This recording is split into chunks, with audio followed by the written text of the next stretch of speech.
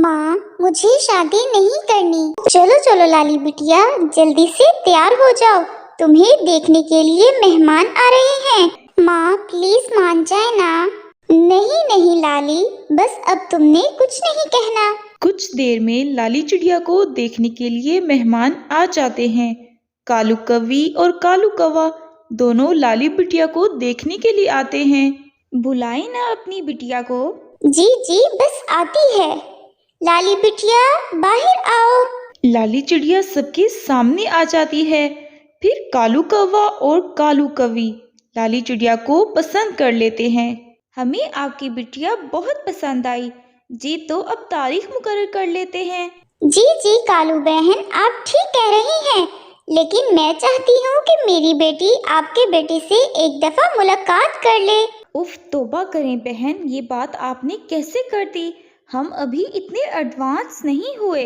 चलें ठीक है कालू बहन, वैसे इसमें हर्ज तो कोई नहीं था, लेकिन चलें, जो बड़ों का फैसला वही मेरी बेटी को भी मंजूर है। कुछ दिन बाद लाली बिटिया, तुम्हारी शादी की शॉपिंग करनी है, दिन तो बहुत करीब हैं। माँ, आप सब कुछ कैसे करेंगी? जब मैं चली जाऊंगी तो आप अकेली रह जाएंगी। माँ बात समझे ना, जब से बाबा गए हैं आपने मेरे लिए ही तो सब कुछ किया है, लेकिन अब मैं चाहती हूँ कि मैं आपके लिए कुछ कर सकूं। लाली बिटिया, लेकिन मेरी अब यही ख्वाहिश है कि मैं तुम्हें रुखसत कर दूं। अब तुम्हारी उम्र है शादी की। कुछ दिन बाद लाली की शादी का दिन आ जाता है। लाली बिटिया, तुम बहुत प्यारी लग रही हो माशाल्लाह से। चलो आओ, अब हॉल चलते हैं, सब मेहमान आ गए होंगे। लाली चिड़िया अपनी माँ चिड़िया के साथ हॉल आ जाती है और सब मेहमान भी आ जाते हैं। लाली के अब्बू की कुछ रकम थी जो लाली चिड़िया की शादी के लिए जमा की गई थी।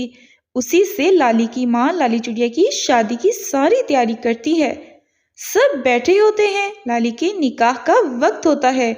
कालू कौवी लाली की माँ चिड़िया से कहती है, बहन, मैं निकाह से पहले कुछ शराइत रखना चाहती हूँ।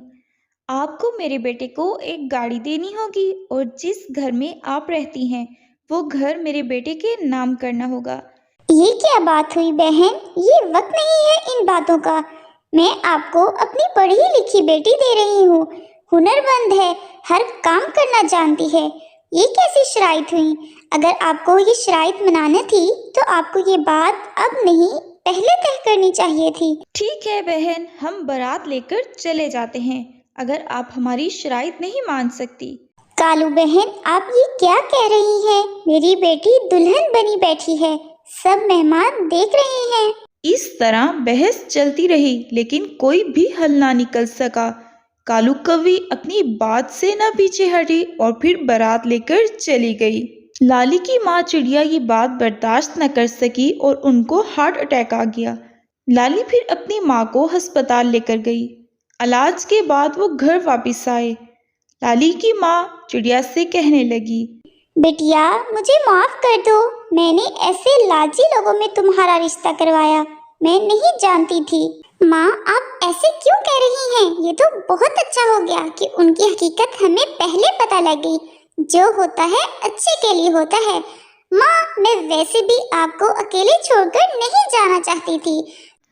चलें जी, ये कहानी तो मुकम्मल हुई, लेकिन लाली चिड़िया की जिंदगी में एक नया दिन आया जिससे लाली चिड़िया की जिंदगी बहुत खूबसूरत होने लगी। लाली चिड़िया की जिंदगी में एक राजा तोता आया। राजा तोता अकेला ही अपने घर में रहता था। राजा तोता ने लाली चिड़िया की माँ से लाली चिड़िया का हाथ मांगा। लाली चिड़िया बहुत खुश हुई और फिर उन दोनों की शादी का फैसला किया। उन दोनों की शादी का वक्त आ गया और उन दोनों की शादी हो गई।